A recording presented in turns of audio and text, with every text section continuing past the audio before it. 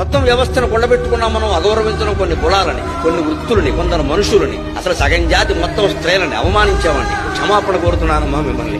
భారతీయ సంస్కృతి తరఫున అవమానించాం, మమ్మల్ని క్షమించండి. యావత్తు స్త్రీ జాతి క్షమించండి. నేను చూశాను నా కళ్ళతో. ఆడాళ్ళు పండుగ ఆడదాని నీకెందుకు లోపలికి పో, పెడబుద్ధులు ఉంటాయి మీకు, ఆడదాన్ని నమ్మద్దు అని పుస్తకాల్లో రాసి ప్రచారం చేశారు. కానీ నా జీవితం మొత్తం మీద నమ్మదగిన ఆడవాడు చాలా మంది ఉన్నారు. మోసానికి ఆడదేం ప్రసిద్ధి కాదు, మగాడు ప్రసిద్ధి. ఏడిపించుకుతున్నారే, జుట్టెట్టు కొట్టారే, ఆడపిల్లల కంటే చంపేసినంత పని చేశారే. అది నా జాతి చేసిందమ్మా, నా పండితులే చేశాను, నా గ్రంథాలే చేసి. నేను క్షమాపణ కోరుతున్నా, క్షమించకండి అమ్మా. సీతాదేవిని కూడా ఆక్షేపించిన దుర్మార్గుడు మగవాడేనమ్మా, ఆడదుగా.